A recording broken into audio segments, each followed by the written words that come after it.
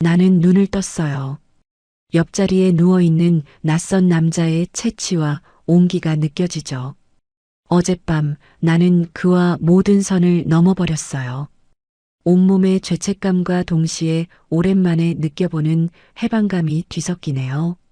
나는 그의 어깨를 조심스럽게 밀었어요. 그가 돌아눕자 나는 심장이 멎는 듯 했어요. 형부? 20년 동안 형부라는 호칭으로만 불러왔던 남자, 전 남편의 형, 정우가 지금 내 옆에 누워 있어요. 그의 얼굴은 평소와 다르게 잠에 취해 평온했지만 어젯밤 우리의 격렬했던 기억이 파도처럼 밀려왔어요. 내가 이혼하자마자 나를 찾아와 모든 경계를 허문 남자. 아, 이제 돌이킬 수 없어요. 이 사건은 생각보다 많은 이혼 여성들이 몰래 겪는 감정의 그림자와 닮아 있을지도 모르겠어요. 혹시 여러분도 누군가와의 관계선을 어디까지 인정해야 하는지 고민된 적 있으신가요? 이야기 시작하기 전에 구독과 좋아요, 그리고 알림 설정까지 부탁드려요. 여러분의 작은 클릭 하나가 이 채널을 크게 성장시킨답니다. 이혼한 지 딱 한 달이 되었어요. 집안엔 전 남편의 물건 냄새도 그의 지겨운 그림자도 깨끗하게 사라졌어요. 하지만 내 마음은 도무지 치워지지 않아 공허했어요. 이혼이라는 단어가 주는 해방감보다는 20년의 세월이 남긴 텅 빈 공간이 더 크게 느껴졌죠.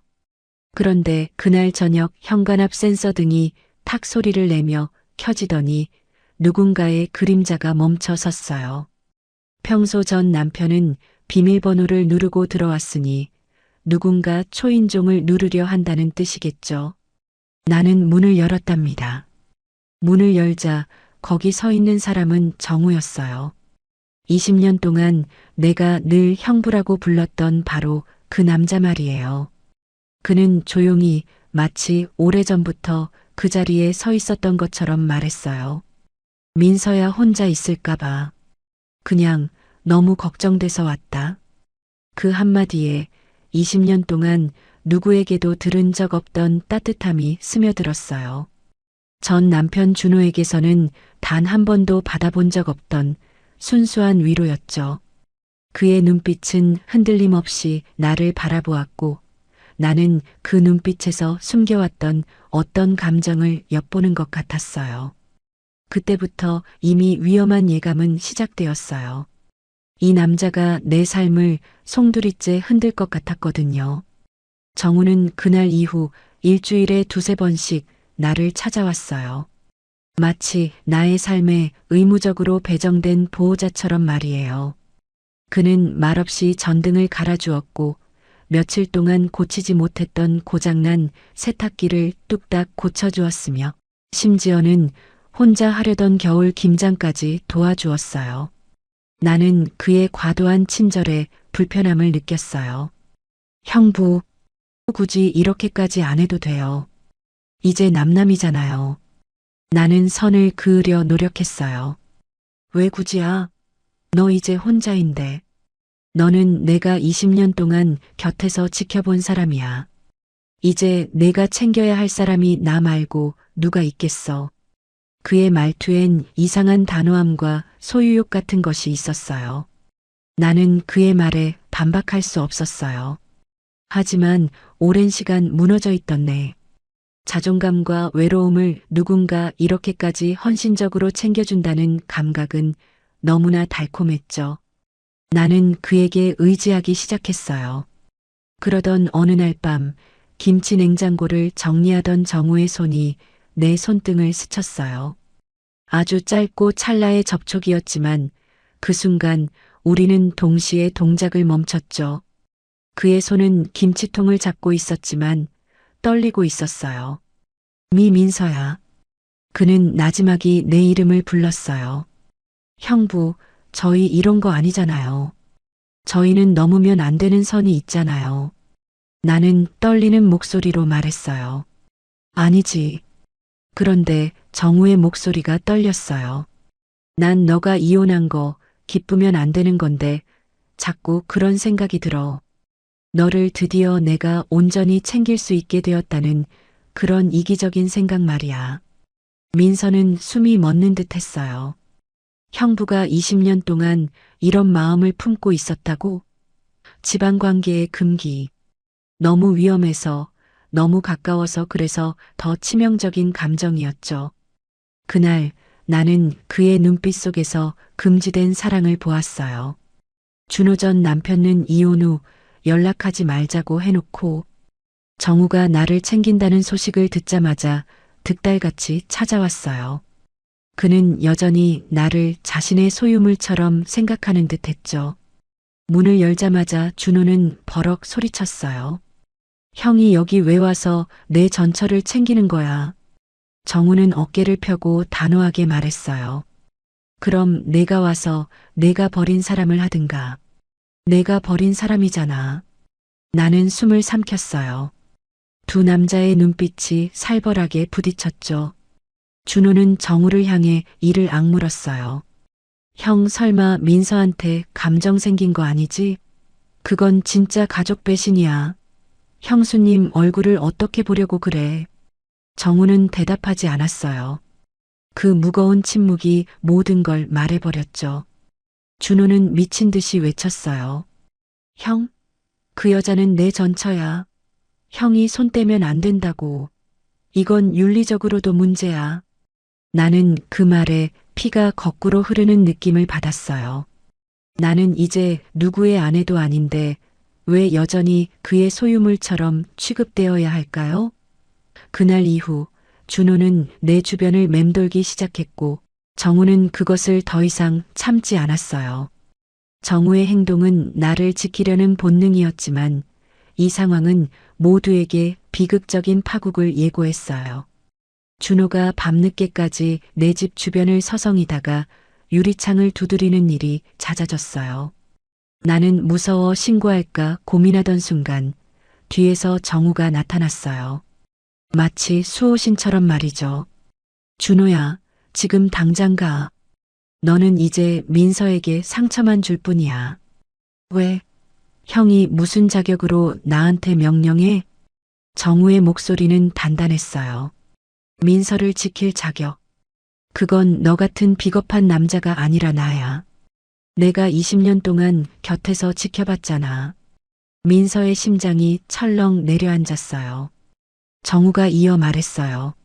난 20년 동안 너보다 민서를 더 아꼈어. 내가 민서를 힘들게 할 때마다 내가 얼마나 괴로웠는지 너는 몰랐을 거야. 그날 이후 나는 정우의 마음에서 도망칠 수 없게 되었어요. 그는 나를 20년 동안 짝사랑해온 셈이었죠. 하지만 형부라는 호칭은 여전히 우리를 얽어매는 무거운 족쇄였어요. 정우는 나를 멀리하지 않았어요. 오히려 더 가까워졌죠. 거실에서 책을 읽다 그의 손이 내 어깨를 감싸는 순간 나는 떨리는 목소리로 말했어요. 형부 이러면 안 돼요. 우리는 가족이었다고요. 정우는 고개를 저었어요. 형부 아니야. 이제 그 호칭 듣기 싫어. 민서야. 너 힘들 때 가장 먼저 생각나는 사람이 나였으면 좋겠다. 나는 너에게서 가족의 굴레를 벗겨주고 싶어. 그 말은 너무 늦게 찾아온 따뜻함이자 너무 위험한 위로였어요. 나는 결국 눈물을 터뜨렸고 그날 밤 처음으로 정우의 품에서 한없이 울었죠. 하지만 시작은 곧 파국의 전조가 된다는 것을 우리는 어렴풋이 알고 있었어요. 준호가 사태를 양가 어른들에게 알리기 직전 정우는 나를 데리고 강릉 바다로 떠났어요. 우리는 아무도 모르는 곳으로 도피했어요. 해변을 걷다 정우가 깊은 한숨을 쉬며 말했어요. 민서야, 너 때문에 미치겠어. 20년 동안 말 못한 마음이 이제야 터져버렸어. 나는 떨리는 얼굴로 그를 바라봤어요.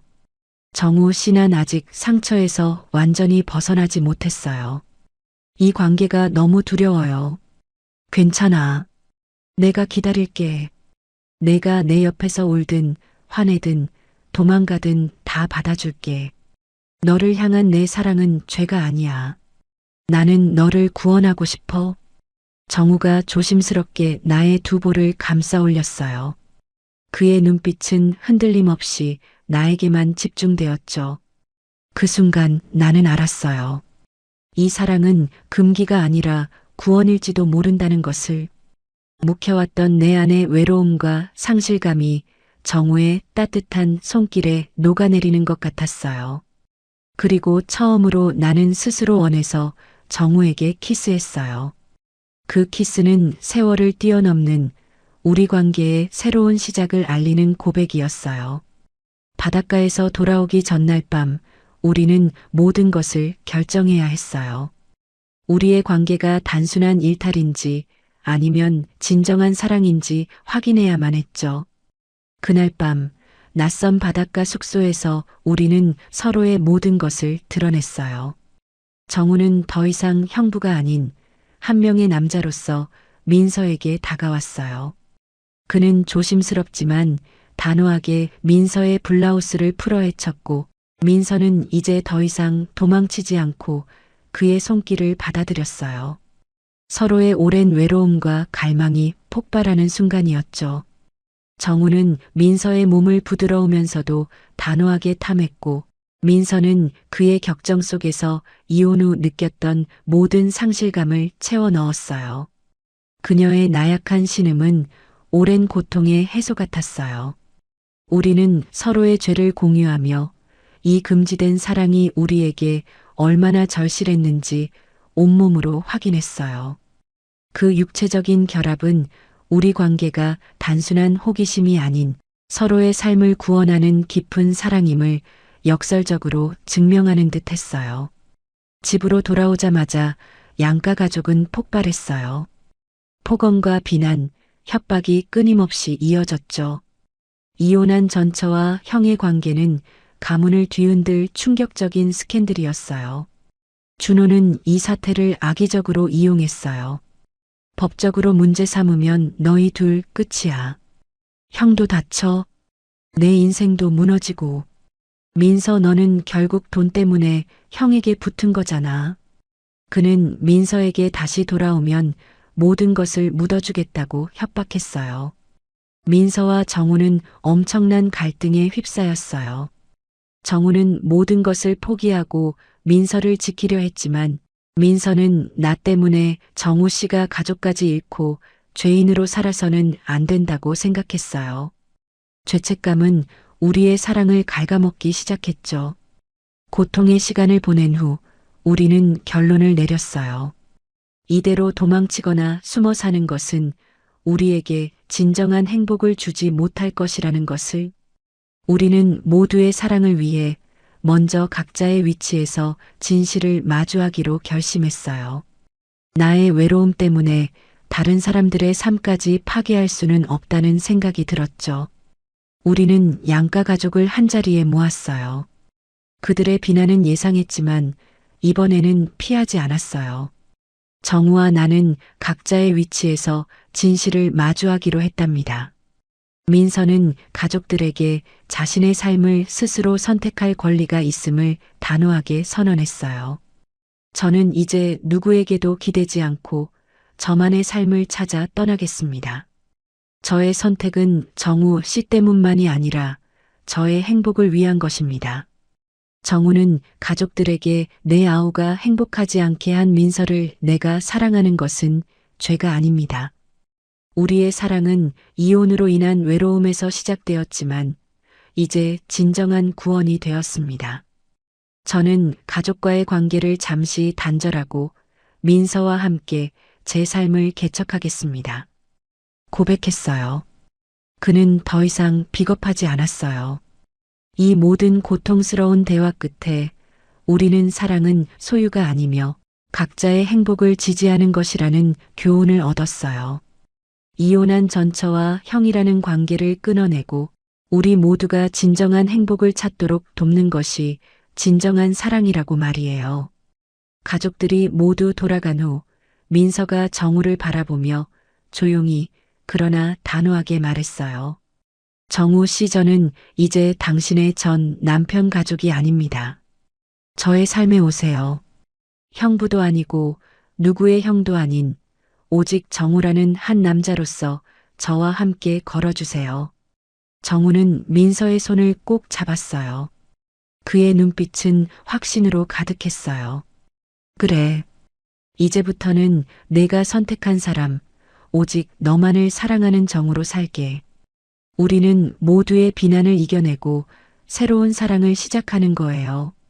두 사람은 가족이라는 무거운 족쇄를 끊었어요. 그들은 자신들의 선택을 후회하지 않았죠. 비난 속에서도 그들은 서로의 외로움을 구원하고 진정한 행복을 찾아가는 모두의 사랑의 새로운 형태를 완성했어요. 누구의 아내도 아니고 누구의 형도 아니고 그저 민서와 정우라는 두 사람으로 그들은 조용히 그러나 단단하게 사랑을 지켜나갔어요. 우리의 사랑은 죄가 아닌 구원이 된 것이죠. 여러분은 어떻게 들으셨나요? 전 남편의 형과 맺은 금지된 관계가 결국 모두의 사랑이라는 복잡하고 새로운 형태로 완성되었어요.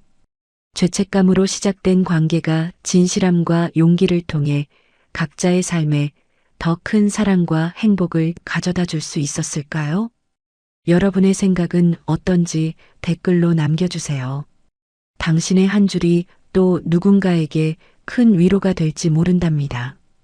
오늘 이야기가 마음에 남으셨다면 이 채널의 성장을 위해 구독과 좋아요, 그리고 앞으로의 이야기를 놓치지 않기 위한 알림 설정도 부탁드려요.